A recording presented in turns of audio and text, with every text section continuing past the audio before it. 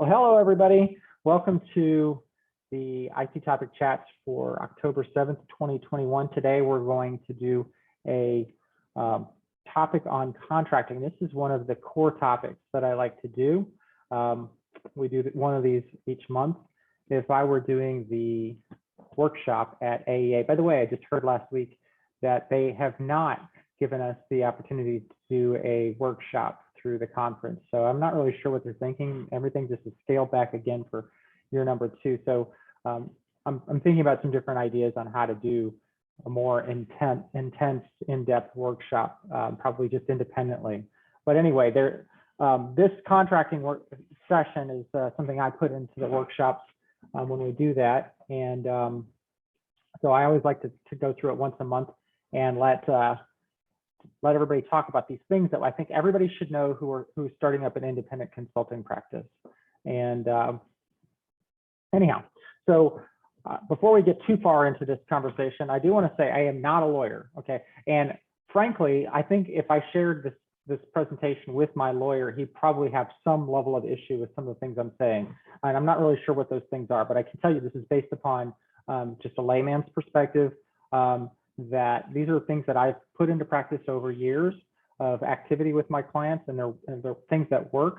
I've never been sued, knock on wood, and I've never had to put anything to the test through a court or anything along those lines. A lot of things I do put together go in front of lawyers at clients, and they, in fact, literally today, we were working on an MOU or a memorandum of understanding with a client. And they had an edit, and they only had added 3 words to my MOU. So I guess that's something of a testament that it's not, that what I'm going to tell you is not completely terrible. But I do want to say that use everything that I share with you today with the idea that it's coming from a person who is not trained in law, and that if you really want to put together something that's solid, you probably do want to hire a lawyer. And I do hire lawyers on a regular basis to write the really important contracts for the tens and hundreds of thousands of dollars that we sometimes get the opportunity to engage around. Anyway, so let's go on.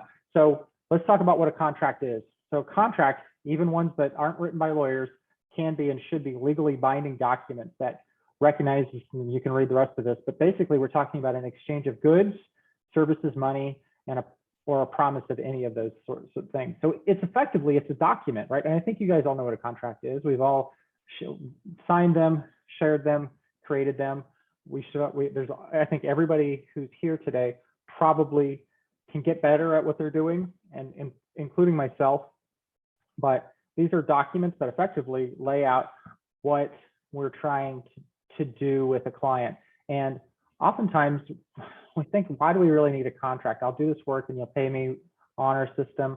But the beauty of part of it, forgetting the, setting out the amount that people are going to pay and when they're going to pay and some of these things, it is really, it's clarification. It's laying everything down in a document that says, here's exactly what I'm going to do, and things that people can reference. It's things you can go back to, and it's something you can depend upon.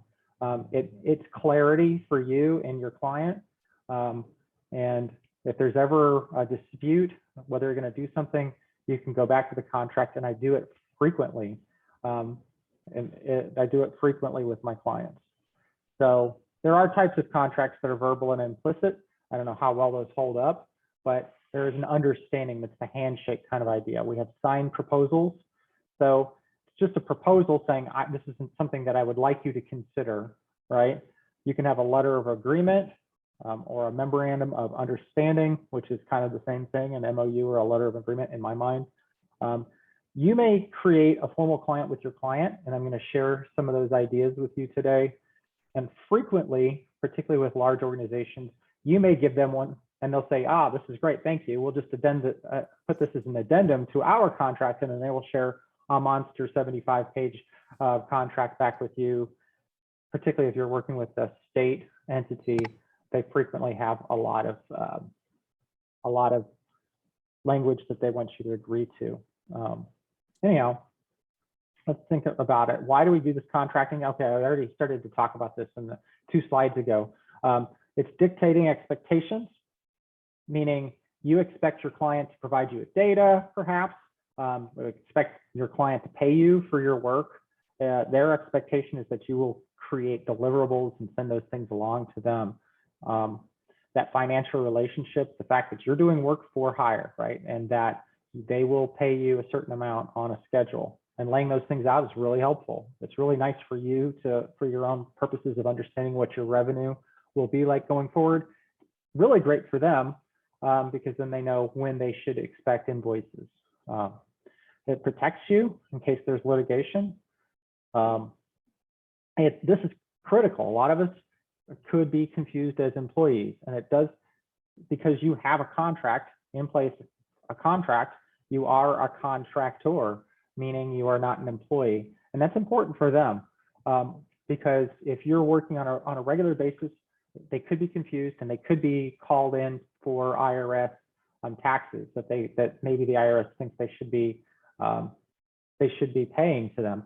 And if you have a contract in place, they can use that as an explanation for why you are a contractor and not an employee. It sets up starts and end dates. And this is actually one of the wonderful things about being an independent consultant, I think, is that because we're contractors, we can set these start and end dates, which is beautiful because oftentimes when you work for an organization, it feels like you're never going to finish anything you're doing.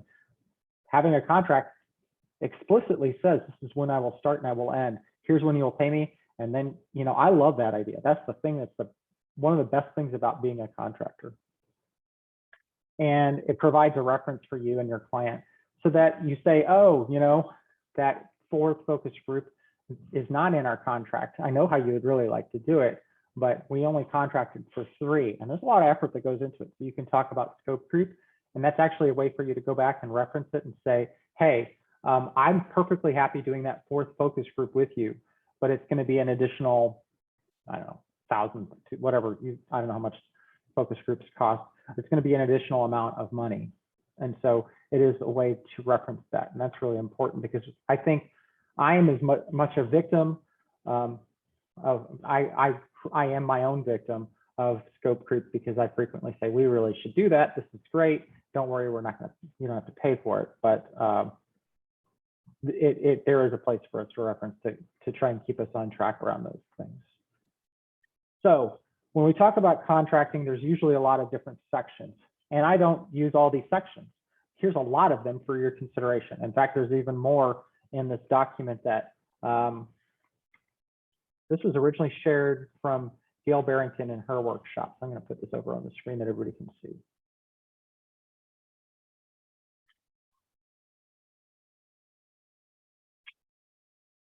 Jessica, can you confirm that you're seeing the contracting sessions up on the presentation? You are we? Yeah, I'm seeing this slide. Okay. Yep. I don't have, okay, that's great because I don't see the little green bar around everything here. So, and then we have this, are you able to see worksheet number 7? Okay, perfect. Yep.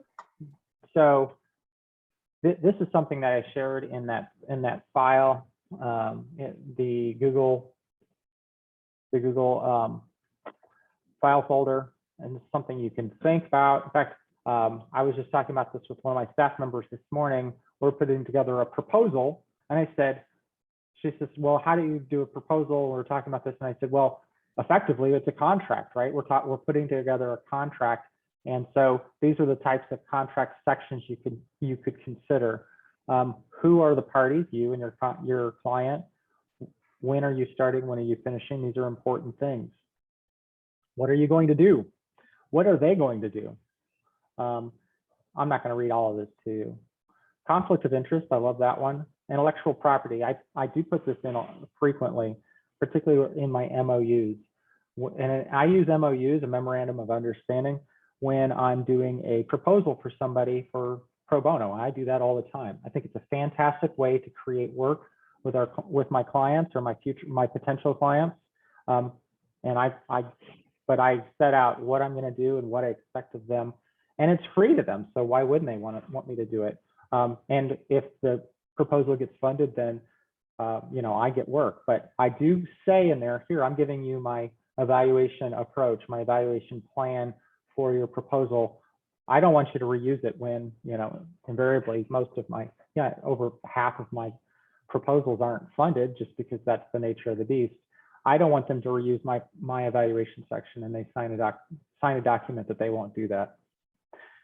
God knows if they actually do, because I have no way of finding out if they go with another evaluator later, but they shouldn't do it. I don't usually put dispute resolution in there, but I think that that's a good thing to put in there. And when I do formal contracts with lawyers that develop them for me, they usually put those in there. Let's see what else. There's some big ones in here. Now, frequently when you're working with a large organization, they will have insurance requirements. And these are things that they are concerned about because they could hypothetically be sued for your errors. So you typically will have like errors and omission insurance. You should have that anyway. It's professional liability insurance. Depending on who you're working with, they may want to see a certificate.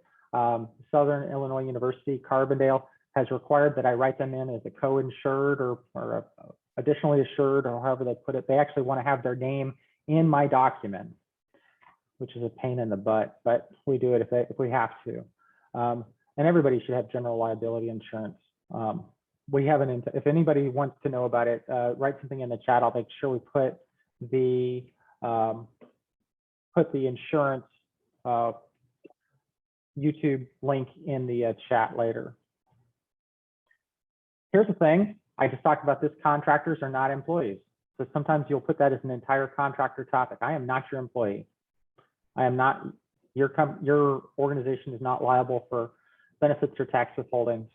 And that's why we send out 1099s or W-9s to them, and then they give us a 1099 at the end of the year. How to go about termination. Force majeure. Most of us have learned what force majeure means. It's a Latin term. We learned about this because of COVID. I mean, really, if this is why AEA was able to cancel their conference last year in 2020 because of force majeure. Something happened that was out of everybody's control, and because of that, they were able to cancel their contract with the hotel where they were going to have their conference. So it's probably something you need to think about. We've put it into our really formal contracts because we're doing our STEM camps around the country. Anyhow, the force majeure is something you definitely want to think about. If you've been affected in any way by COVID, this is one of those reasons you want to be thinking about that. But anyway, these are some just different things to think about when you write out a contract. I have another example that I think it's an actual contract template. It seems like a couple of you guys have opened these up and are reflecting in the chat about how you like these resources. Again, things that have been handed on to me. I can't say I developed all of these, so I can't claim complete credit for it. In fact, if you want to send a nice note to anybody, send it to Gail, because I think these are mostly her resources that I'm sharing, just because she handed them down to me. You can tell whoever put this together lives at 48226 something, or no, that must be their zip code. Anyhow, they didn't completely clean up their contract. So this is a contract that you could use, right? Feel free to take this and use it however you like. This is specifically an evaluator kind of contract. It's not exactly like what I use, but it is similar. But you know, you can see, data is really important. I don't know if we talked about that yet, but who owns the data? My clients own my data. I'm just holding it for them. Now, frequently they never see it. They don't care about it. And I have a process in place for how I'm holding their data, that they can retrieve their data from me. They can take it completely away from me at any time. We have a client right now that we're kind of adopting an evaluation from somebody else who was there. And my first question is, where are your data? And they did one of these. Well, we don't really know. The previous evaluator has it. And I said, well, whose data are they? And I said, these are always your data. And at any point you want a full set of data, they're yours and you should have them. And you may think about having a process in place for that. If you do any National Science Foundation grants, they have a data management plan, and that goes into it too. And that's part of their proposal. And it should be, something that you're recognizing in your contract with them. Now, statement of work, frequently, I mean, if we're writing evaluation plans, you can put that statement of work, this could be your evaluation plan that you wrote before. That was just that idea of what you wanted to do. Though you probably want to put some deliverables in here too. All right, let's talk about an MOU. MOU for me, anyway, the way I treat it is just a kind of just, this is what I'm going to do for you. This is what you're going to do for me. This just kind of defines how we're going to work together. It's not a contract where it's no money, but there is an expectation that we're working together in a certain way. So I'm showing you the one, there's nothing private about this, except, oh, wait a second. I'm going to put, there is some money in here. Let me take the money out. And just bowl over it.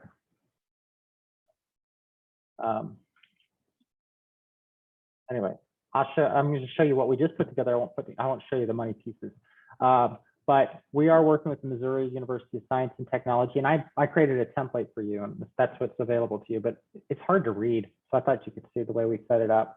But we're working with Missouri University of Science and Technology, which is just, you know, we know it as RALA in our area, and they're putting together this NSF grant proposal. It's going to be due November 3rd. But basically, here's a summary of, this just gives a background of what's happening, why we're working together, who I am, and the fact that I'm working with one of my colleagues here, what we'll do, and this is kind of like the deliverables, right? What is that university going to do for us?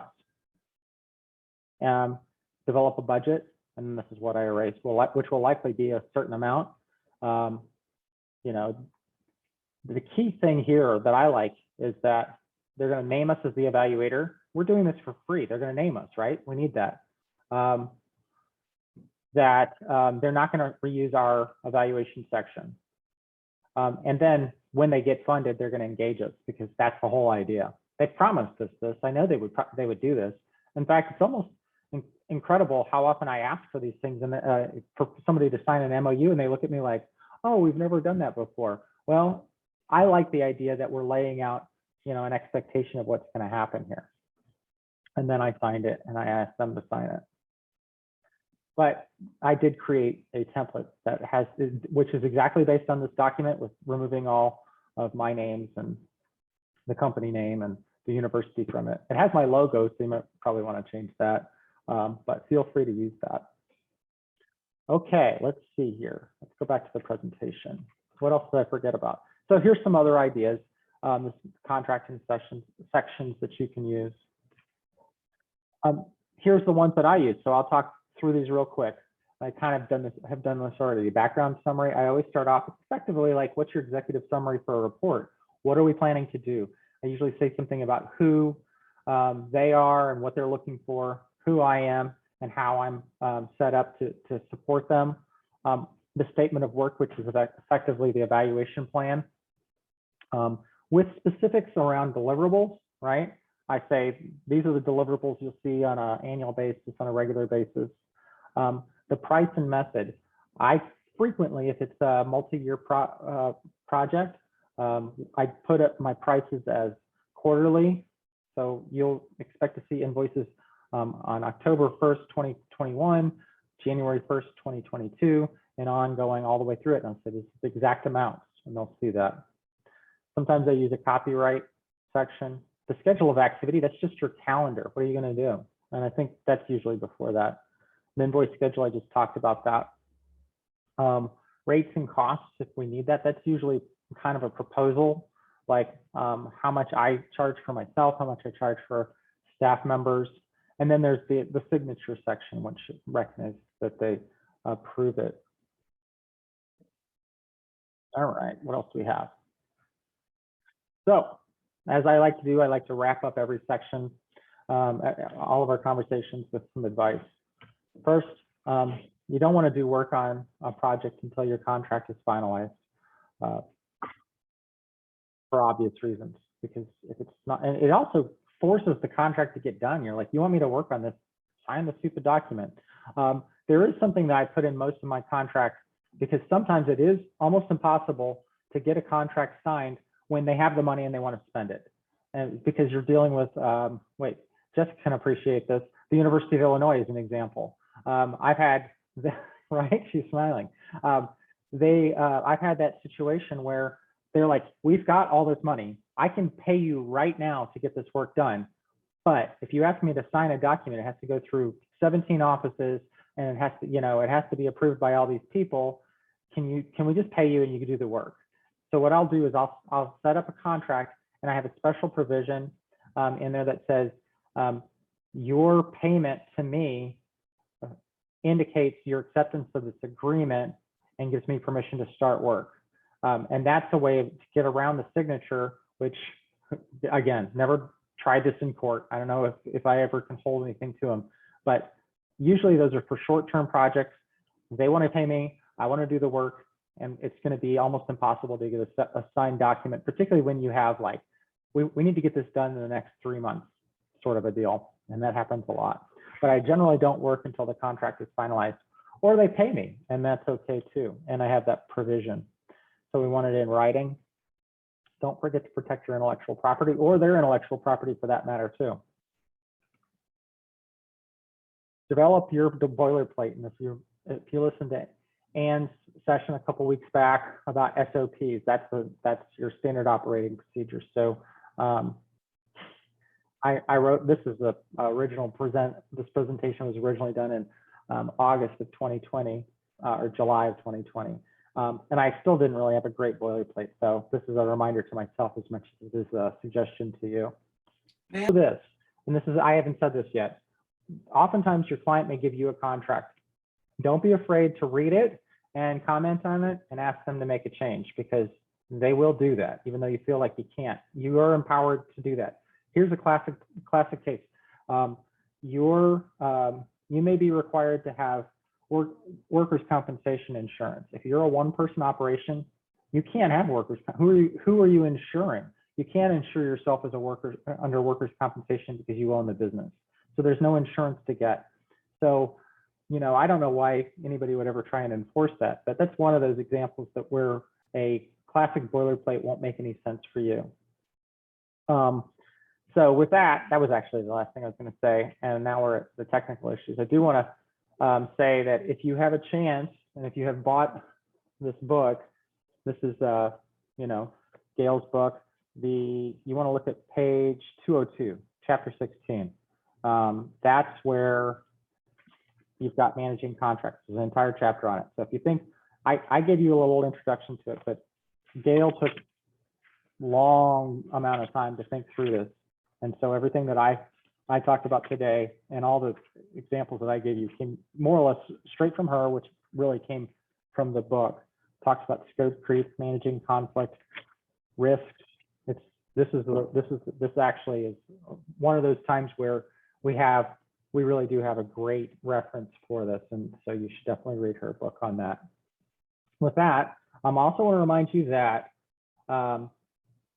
next week we're going to have Corey Newhouse. Now, if you guys don't know Corey Newhouse, she started this company called Public Profit, and Public Profit is what my company is, Goshen Education Consulting. If Goshen Education Consulting grows up to be something, it wants to grow up to be Public Profit someday, because she's got multiple staff doing amazing work. She understands what she's doing. So she's one of these people that doesn't have the time for us normally because she's so busy doing important work. She's giving an hour of her time to us, and it's going to be fantastic. So that is a session you want to try and make.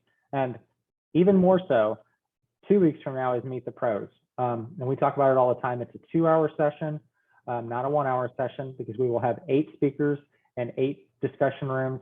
Those usually go 15 minutes for the start, and then they end up at 10 minutes, where you get a chance to talk about 8 different topics over a period of 2 hours. And that's a really neat opportunity. So don't miss that one either. And then the rest of it's out there.